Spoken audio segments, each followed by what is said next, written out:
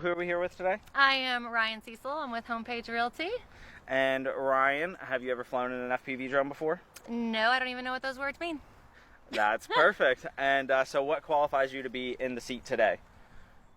I'm awesome, and I'm a real estate agent that loves the South End community, and we are here at gorgeous Farnsley Moremen Landing, and we are going to show you guys what's out here. Perfect. Well, let's get into it. Here we go. All right. Well, I thought it was... Oh, I got to turn on my controller first. That might help. Here we go. All right, we flying. Whoa. Okay, that's weird. Oh. So, This Ryan, is weird. Yeah. we Hey. are in it. We'll start off with, we're going to just hit you with them. Let's go. What is your most controversial opinion or unpopular opinion that you have? Oh. What? Yeah, so I mean, you can get deep with it. You can get, or like, you know, mine is Cane's is better than Chick-fil-A. So like, Oh, oh gosh. I'm not a very controversial person, honestly. So, I don't know. I would venture to say that the south end of Louisville is better than any other area in Louisville. Ha! okay, yeah, that'll That'll start that'll some get controversy. What is what's like a weird obsession that you have of like something you're addicted to or something Oh my gosh. that would not be normal? Well, I don't know if it's normal or not, but nerd gummy clusters, if you have not had those, like I am addicted to those right now. I am going to blame that obsession on one of my TikTok realtor friends, Kristen. She got me obsessed with nerd gummy clusters while we were on our last TikTok retreat. Oh, we're going in circles. That's amazing. I freaking love those gummy clusters. I got some for Christmas for the first time. I ate the whole bag. Yeah, I ate the whole bag in one thing. Like your mouth is raw afterwards. It's like Yeah. wild. It's wild. Oh, this is so bizarre. What's one thing in your life that you wished you would have said yes to more of? Oh gosh. Everything. I feel like you should try everything like once. Like you should just say yes, and if you hate it, then it's not for you. I wish I would have, like, yeah, that's basically it. Okay, I get you on that one for sure. I'm not very great at answering questions, am I? No, you're doing fantastic. Are you feeling any type of queasiness or anything yet? No, this is just crazy. I'm not queasy just yet. It's pretty wild to just to see things from this point of view. It's not a point of view that most people get to see things from. So yeah, I shoot a lot of pictures here. 'Cause, you know, I'm not only a real estate agent, but I'm a photographer too. So I love coming here. Farnsley's beautiful, especially like in the spring and the summer. So seeing it like this is pretty cool. Because normally I'm just on the ground shooting pictures of people. yeah, absolutely. I mean, there's all kinds of stuff that we can do up here. Oh yeah. So okay, so you said you're a realtor. Yes. Realtor. What? You said realtor. It's realtor. Oh. Listen, I was homeschooled, so I'm also gonna bring this in real quick. Look, I do it all the time. And drop a new battery in it. So how did you get into it? So fun story. I'm still going, right? Yeah, you're still good. So I, in 2020, I was a warehouse and logistics manager, and I worked for the company for 7 years. I was upper level management, and then I lost my job because of my TikTok account in 2020. Just, you know, I didn't do anything crazy on there, but I wore my company work shirt in my videos, and apparently that was grounds for termination, even though I think it's stupid. So I got my real estate license in February of 2021, and I've just been rocking it ever since. I love it. I love the people aspect of it. I love meeting new people and finding them homes, and that's kind of how I got started. And I documented my whole journey on TikTok and on social media, and it's really helped my business. And last year I sold 80 units and closed out at about $11.4 million. So not too bad for my second year in real estate. Yeah, no kidding. That's freaking awesome.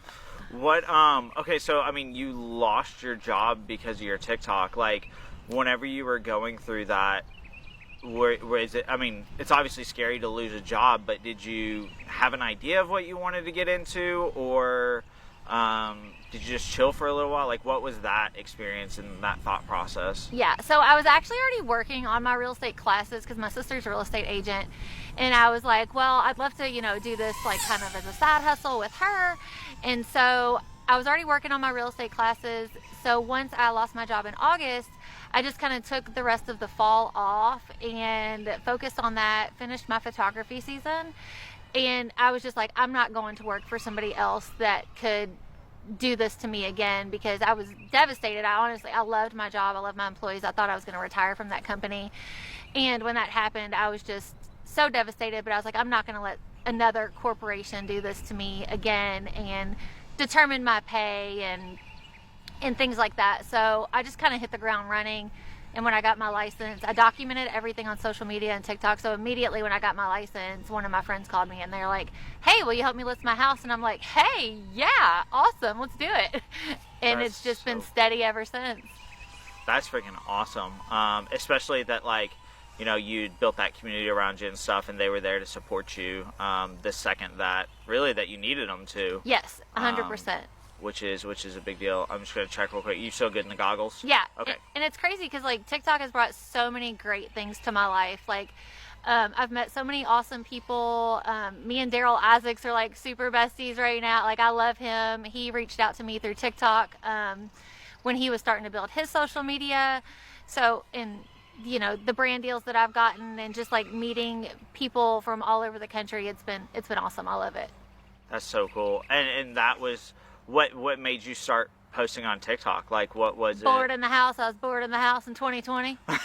Yeah, basically, I got it because I was bored. It was COVID. I just randomly started posting silly videos, and then my account started to pick up. And once my account started to grow, I think that's when my corporate job, they were like, well, we don't think this is going to work for us. We don't think you're management material. But then again, at that point, TikTok wasn't what it is now. Like, people thought it was just like a dancing app for like kids and stuff like that, and I never used it like that. I just used it as kind of like a journaling my day, kind of being an idiot. And it's awesome. It's changed my life. And so with that changing your life, what would you say to someone who is, I don't know, I feel like a lot of people have great ideas for things, or they want to start social media or something, but they're just too scared to. Or they just think, people aren't going to watch it or anything like that. Like, do you have any advice for someone who is teetering on, like, committing to doing social media stuff? Yeah, just do it. Just be yourself. Be authentic. Like, on my TikTok, I don't post a lot of real estate content. I'm trying to a little bit more so people do realize I'm a real estate agent. But most of the time, it's just me being myself, being silly, being relatable. Just, especially if you're trying to get people to know, like, and trust you, you just want to be yourself. And you can literally post anything as long as you're yourself. That's going to resonate with people, and it's going to make people want to follow you and be your friend. Yeah, that's absolutely huge. Oh, we're going to bring it in again. Wait. Okay, right. So you are very involved in the South End, and very much so a supporter of the South End of Louisville. And I feel like growing up in the South End my whole life, the South End always gets a bad rap. Like, what made you, other than it just getting a bad rap and it not being bad, like, what made you want to just push so hard and show so much love to this community that otherwise doesn't really get much love? Well, I live here. So, I mean, I live, work, and, like, breathe in the South End. So I feel like a lot of people that have never been out here, they don't know all of the good things that we have, and they don't know how tight-knit our community is. And so I knew that when I started my real estate career that I really wanted to be a presence in my community. I wanted to do things in my community. And that's just kind of what I've been doing. I want to highlight the awesome things about the South End, showcase local small businesses, which we've done kind of with the South End Hustlers. And then I'm taking on a new endeavor this year where I'm going to be interviewing schools and like family establishments and like bringing light to like the great schools that we have in our area. And just, woo, that was dizzy. Just like, you know, like Farnsley Moremen Landing or like Sun Valley Golf Course and the park over there. So we're trying to spotlight these areas that we have out here in the South and that a lot of people just don't know